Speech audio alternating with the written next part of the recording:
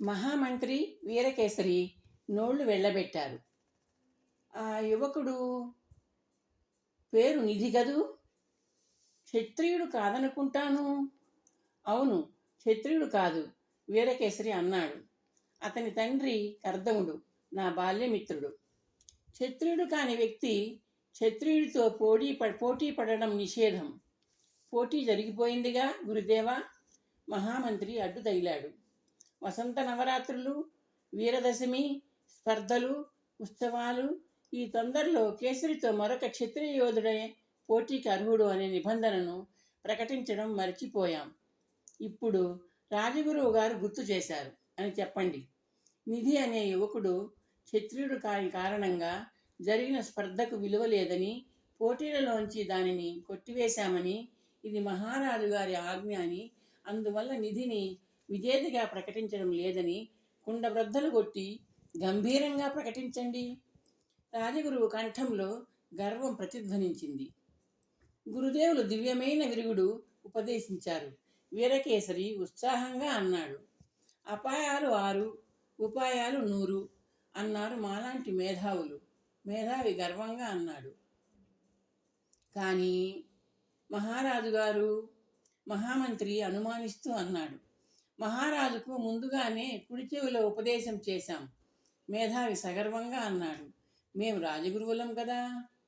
పాపం, ఆ యువకుడు నిధిని తలుచుకుంటే జాలి వేస్తోంది, వీరకేసరి ఉత్సాహంగా అన్నాడు. అందుకు కూడా మందుంది. అతను గెలిచాడని ప్రకటించం, కేసరి ఓడిపోయాడని ప్రకటించం. ముంజేతి మీద పరాజయ ముద్ర వేయం. ఆ యువకుడున్నాడే నిధి, అతని శ్రమను గుర్తించామనండి. శ్రమకు ప్రతిఫలంగా ఒక పళ్ళెం నిండుగా ముత్యాలు ఇవ్వండి. బంగారు బొమ్మ కత్తి, బొమ్మ గదా లేవు. వీరవిహారంలో రత్నాలు, ఇక్కడ ముత్యాలు, అంతే తేడా, మేధావి అన్నాడు. గురుదేవ, ఆపదలో ఆదుకున్నారు, వీరకేసరి చేతులు జోడిస్తూ అన్నాడు. రాజగురువు పదవి మాకు అలంకార ప్రాయం కాదు వీరకేసరి, ఉపాయాలు ఉపదేశించడానికే మా ఉనికి, మేధావి గర్వంగా అన్నాడు. అన్నట్టు ప్రకటన మహామంత్రి గారు స్వయంగా చేయాలి, మన్నించాలి. అప్పటిదాకా మౌన శ్రోతలా ఉండిపోయిన ప్రధాన న్యాయ నిర్ణేత అన్నాడు. న్యాయ నిర్ణేతగా మీ పాత్ర ఏ చప్పుడు చేయాలో మేము ఉపదేశిస్తాం. ప్రధాన న్యాయ నిర్ణేతగా నువ్వు పరిచయ ప్రకటన చేయి నాయనా. దాని సారాంశం ఇది. యువయోధులు కేసరి, నిధి ప్రదర్శించిన యుద్ధ విద్యా విన్యాసాలు మీరందరూ తిలకించారు. మన ప్రభువులకు ఒక ధర్మ సంకటం ఎదురైంది. ఆ సంకటం ఏమిటో, దాని పరిష్కారం ఏమిటో మన మహామాత్యుల వారు వివరిస్తారు. అది బాగుంది గురుదేవ, న్యాయ నిర్ణేత అన్నాడు. వెళ్ళి మీ సహచర న్యాయ నిర్ణేతలకు చెప్పండి, వీరకేసరి అతన్ని హెచ్చరించాడు. ప్రకటనకు మహారాజు గారి అనుమతి తీసుకుంటాను గురుదేవా అంటూ అక్కడి నుంచి కదిలాడు మంత్రి. జేగంటం రోగింది. నిధిని చుట్టుముట్టిన యోధులు, ప్రేక్షకులు తమ హర్షధ్వానాలు ఆపారు. ప్రధాన న్యాయ నిర్ణేత వేదిక మీద నిల్చుని ప్రకటన ప్రారంభించి ముగించాడు. అతని ప్రకటన అందరిలోనూ ఆశ్చర్యాన్ని, ఉత్కంఠను పుట్టించింది. మహామంత్రి ప్రకటన కోసం వేలాది చెవులు రిక్కించబడ్డాయి. మహామంత్రి గంభీర కంఠంతో ప్రారంభించాడు. మహామంత్రి ప్రకటన అందరిలోనూ పుట్టిన ఆశ్చర్యాన్ని, ఉత్కంఠను నివ్వెరపాటుగా మార్చివేస్తోంది. చాలామంది చేతులతో నోళ్లను కప్పుకున్నారు. ఇంతసేపు తనను అభినందించిన యోధుల మధ్య నిలుచున్న నిధి అర్థం కానట్టు చూస్తున్నాడు. అతని గుండె వేగంగా కొట్టుకుంది. ఇన్నేళ్లుగా యుద్ధ విద్యా స్పర్ధలకు అడ్డం రాని కులం ఇప్పుడు అడ్డంగా వచ్చింది. తను వింటున్నది నిజమా? మహామంత్రి ప్రకటన పూర్తయింది. తాను గెలిచి ఓడిపోయాడా, లేక ఆ కేసరి ఓడి గెలిచాడా? నిధి గుండెలో ఏదో చలిచీమలు కుట్టుతున్నాయి. ప్రకటన ముగించి మహామంత్రి వెళ్ళిపోతున్నాడు. రాజదంపతులు లేచి వెళ్ళిపోతున్నారు. న్యాయ నిర్ణేతలు తన వైపు జాలిగా చూస్తూ వెళ్ళిపోతున్నారు. చుట్టూ చేరిన యోధులు వెళ్ళిపోతున్నారు. నిధి చూపులు పక్కకు తిరిగాయి. కేసరి వేదిక మెట్లు ఎక్కుతున్నాడు. అతని చేతులు పురి వదిలైన తాళ్లలా బలహీనంగా వేళ్లాడుతున్నాయి. తల తిప్పి అతను తన వైపు చూస్తున్నాడు. అతని పెదవుల మీద చిరునవ్వు మెరుస్తోంది. ఆ నవ్వులో ఎగతాళి, గర్వం జంటగా కనిపిస్తున్నాయి. నిధి పిడికిళ్ళు అప్రయత్నంగా బిగుసుకున్నాయి. సుయ్యి అంటూ చప్పుడైంది. నిధి చూపుల్ని మళ్లించాడు. శలాక ఉన్న నిప్పుల కుంపటి మీద నీళ్లు పోస్తున్నాడు పరాజయ ముద్రలు వేసే వ్యక్తి. నిధి వెనుదిరిగి బరువుగా అడుగులు వేశాడు. అతనిలో ఆగ్రహం అగ్నిగుండంలా మండుతోంది. తనకు అన్యాయం జరిగింది. కులమతం తనను కొల్లబొడిచింది. పరాజయం ప్రత్యర్థి కులాన్ని గుర్తుకు తెచ్చింది. నిధిలోని ఆగ్రహం సెగలు గక్కుతూ నిట్టూర్పు రూపంలో వెలువడింది. రంగభూమి మధ్య కేసరిని చిత్తు చేసిన చోట నిలుచుని చుట్టూ చూశాడు నిధి. ఆశ్చర్య ప్రతిమల్లా ఉన్న ప్రేక్షకులు తన వైపే మౌనంగా జాలిగా చూస్తున్నారు. నాయనా, నిధి ప్రక్కకి తిరిగి చూశాడు. ఎదురుగా ప్రధాన న్యాయ నిర్ణేత నిలబడ్డాడు. అతని చేతుల్లో వెడల్పాటి పళ్ళెం ఉంది. పళ్ళెంలో ఆణిముత్యాలు ఎత్తుగా రాసిపోసి ఉన్నాయి. మహారాజు గారు నీకు ఇమ్మన్నారు. ఎందుకు? నీ నీ శ్రమకు ప్రతిఫలంగా అంటూ పళ్ళేని నిధి వైపు జరిపాడు న్యాయ నిర్ణేత. నిధి చేతులు అప్రయత్నంగా అందుకున్నాయి. తెల్లటి గుండ్రటి ముత్యాలను ఎర్రటి కళ్ళతో తదేకంగా చూశాడతను. శ్రమకు ప్రతిఫలం. నిధి చెయ్యి కదిలింది. పళ్ళెం చక్రంలా గాలిలోకి ఎగిరింది. గుండ్రటి ముత్యాలు తెల్లగా వడగళ్ళలా మెరుస్తూ నేల మీదికి వర్షిస్తున్నాయి. జనం ఒక్కసారిగా రాలుతున్న ముత్యాల కోసం పరుగెత్తుకొస్తున్నారు. న్యాయ నిర్ణేత నోరు వేడబెట్టి చూస్తున్నాడు. పళ్ళెం చప్పుడు చేస్తూ నేల మీద పడింది. నిధి క్రీడాంగణం ద్వారం వైపు నడుస్తున్నాడు. కేసరి నవ్వు గుర్తొస్తుంది తనకి. ఆ నవ్వుని అతని ముఖం మీద నుండి చెరిపివేయాలి. ఎలా? నిధి బుర్రలో ఆలోచనలు కదిపిన పుటలోంచి కందిరీగల్లా లేస్తున్నాయి. ఎక్కడెక్కడో తిరుగుతూ ఉండిపోయిన నిధి చివరకు ఇంటి దారి పట్టాడు. వీధిలోంచి ప్రధాన ద్వారం దాటి ఇంటి ఆవరణలో నడవసాగాడు. నిధి తండ్రి కర్దముడు గున్నమామిడి చెట్టు కింద అరుగు మీద కూర్చున్నాడు. అది అతని శాశ్వత విశ్రాంతి స్థానం. అరుగు మీద అతని దగ్గరగా గాంధారుడు కూర్చున్నాడు. కర్దముడికి అతను బాల్యమిత్రుడు. దగ్గరగా ఉన్న ఆ ఇద్దరి తలలు పక్కపక్కనే ఉంచిన ముగ్గుబొట్టల్లా ఉన్నాయి. ఓరకంట నిధి రాకను గమనించిన గాంధారుడు పైకి లేచాడు. మీ వాడు వస్తున్నాడు, తనకి ధైర్యం చెప్పు. కర్దముడు కొడుకు వైపు చూస్తూ అలాగే అన్నట్టు తలాడించాడు. గాంధారుడు ప్రధాన ద్వారం వైపు మెల్లగా అడుగులు వేస్తున్నాడు. నిధి ఎదురుపడగానే ఆగి అతని వైపు సానుభూతితో చూశాడు. అభినందనలు అందుకో నాయనా.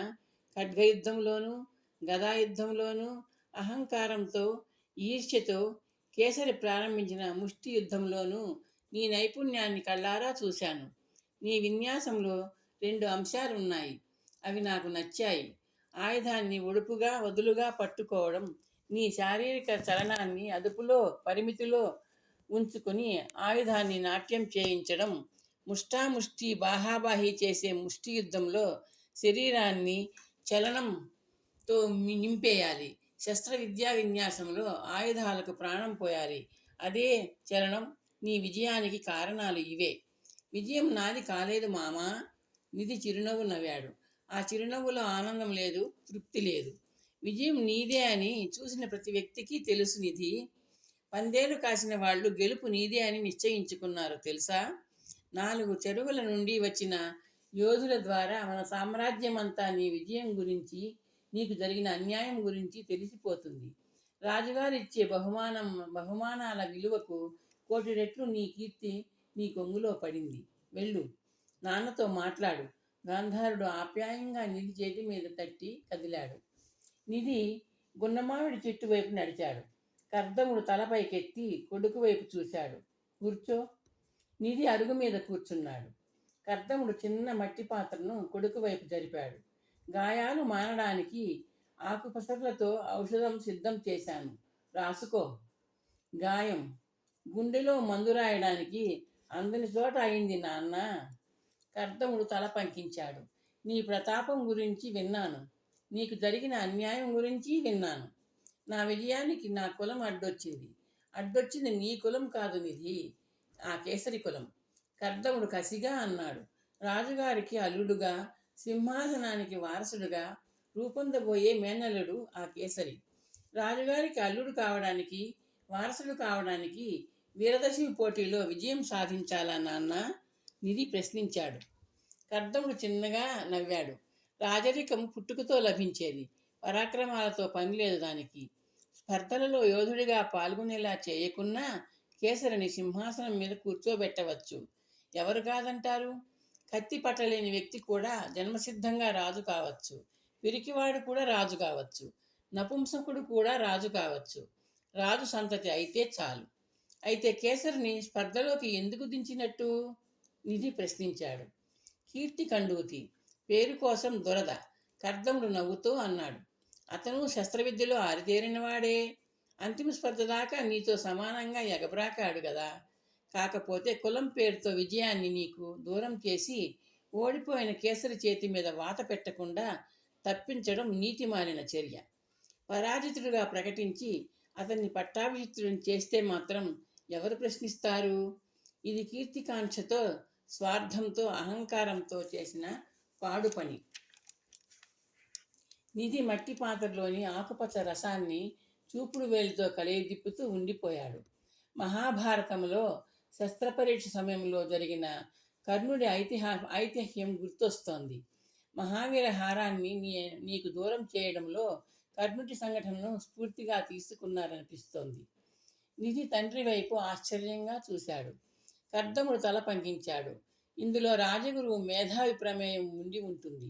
కుయుక్తులు రచించడంలో అతను మహామేధావి. ఇంకా రాజుగారికి రాజగురువు మాటే వేదం, మంత్రి మాటే మంత్రం. అలవి మారిన మంచితనం ఆయనది. ఇది ఆయన బలహీనత. ఆయన చేతిలో ధరించే రాజదండం యథార్థ రాజదండం కాదు, ఛాయాదండం. రాజదండం నీడ అది. నన్ను వెంటాడుతూ వేధిస్తున్న అంశం ఒకటి ఉంది నాన్న. నిధి మట్టి పాత్రలో వేలితో కెలుగుతూ అన్నాడు. ఏమిటయ్యా? కర్దముడు ఆప్యాయంగా అడిగాడు. కేసరి నన్ను చూస్తూ నవ్విన నవ్వు. నిధి కసిగా అన్నాడు. ఎర్రటి కళ్ళతో తండ్రి ముఖంలోకి చూశాడు. చిత్తుగా ఓడిపోయి పైవాళ్ల కుతంత్రంతో ఓటమిని దూరం చేసేమి అతను నవ్వినప్పుడు నా గుండెలో గాయం చేసింది నాన్న. ఆ నవ్వును ఈ చేత్తో చెరిపివేయాలి. కొడుకు వైపు జాలిగా చూశాడు కర్దముడు. నీ స్థితిని అర్థం చేసుకోగలను. జయాపజయాలు దైవాధీనాలన్నారు పెద్దలు. ఇది అతని అంతిమ విజయం కాదు. ఒకటి ఎప్పుడు గుర్తుంచుకోనిది, చివర నవ్విన వాడిదే నవ్వు, చివర గెలిచిన వాడిదే విజయం. నా అన్న, నీకు ఎదురైంది పరాజయం కాదు, అన్యాయం. కేసరికి దక్కింది విజయం కాదు, అపకీర్తి. నీలో రగిలే పగను అదుపులో పెట్టుకో. ఒక సత్యం పెట్టుకో. కేసరి కాబోయే చక్రవర్తి. అంగబలం, అస్త్రబలం, జనబలం, ధనబలం అన్నీ ఉన్నవాడు. నీ క్షేమం కోసం గుర్తుంచుకో నాయనా. కర్దముడు నిధి భుజం మీద చెయ్యి వేస్తూ అన్నాడు. నిధి అరుగు దిగి నిలుచుని తండ్రి వైపు తదేకంగా చూశాడు. ఏనుగు పెద్దది, అంకుశం చిన్నది నాన్న. స్నానాల గది వైపు వెళ్తున్న కొడుకును రెప్పవేయకుండా చూస్తూ బరువుగా నిట్టూర్చాడు కర్దముడు. సూర్యుడు ఉదయిస్తున్నాడు, అస్తమిస్తున్నాడు. పగలు రాత్రి ఒకదాన్నొకటి వెంటాడుతూ కాలాన్ని కొలత వేస్తున్నాయి. గాయాలను మాన్చే శక్తి ఉన్న కాలం నిధిలో రగులుతున్న పరాభవాన్ని చల్లార్చుతోంది. వీధుల్లో, వాడల్లో, ఆలయాల్లో ఎదురయ్యే ప్రతి పురుషుడు, ప్రతి స్త్రీ, ప్రతి యువకుడు అతన్ని మెచ్చుకునేవారే. గాంధారుడు చెప్పింది నిజమే. తన కీర్తి విశాలంగా విస్తరిస్తోంది. మహారాజు గారి కీర్తి మసకబారుతోంది. నిధిలో పరాభవాన్ని చల్లారుతున్నప్పటికీ ఓడిపోయి కూడా తనను చూసి నవ్విన కేసరి మీద ఆగ్రహం కాలం గడిచే కొద్దీ ఎదుగుతోంది, కానీ అణగారడం లేదు. ఒక సత్యం నిధికి తెలుసు. తను సామాన్యుడు, కేసరి అసామాన్యుడు. సామాన్యుడు అసామాన్యుడిని ఎదుర్కోవాలంటే అవసరమైంది బలం కాదు, కాలం. కాలం కలిసి రావాలి. కాలం కలిసి వస్తోంది. అయితే అది నిధికి తెలీదు.